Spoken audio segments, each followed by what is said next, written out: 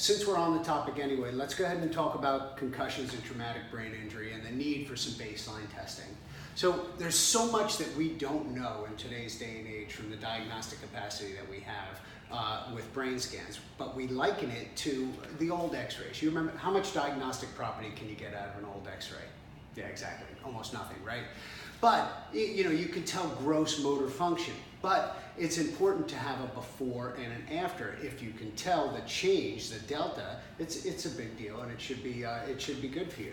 So the MRIs have come a long way, and you can do a lot of diagnostic properties, but we're not quite there yet in the brain scan. So let's just say that your child is running down the field and they're playing baseball and they get knocked, they knock into the first baseman and they kind of collide, and one sees stars and the other kind of doesn't get to move.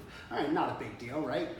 And then your kid is running the football down the field and takes a direct side impact and is knocked unconscious for a period of 10 minutes, needs to be woken with smelling salts, and is carried off the field. Do you realize that both of those are considered concussions? Yeah, I know. They're both considered concussions. So that's a pretty big deal. Clearly, they are not the same.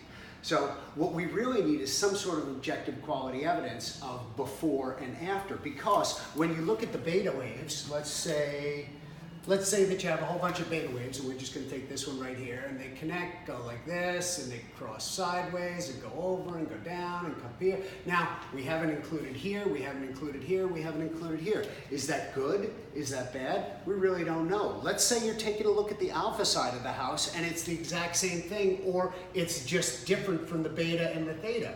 You know, so whether that's good or bad, we don't really know. Moreover, let's say you're taking a look at the P300, and you notice that they're on the right side, because it's a right side impact, right? On the right side, you notice this tremendous red splotch. Is that good? Is that bad? You don't know. That's why it's so important to have a baseline scan of a child athletes or any athlete, so that we can tell when to return these guys to play at their safest, most opportune moment. We don't want to keep them out of the game too long, but I mean, for goodness sake, sometimes this may be a matter of their health.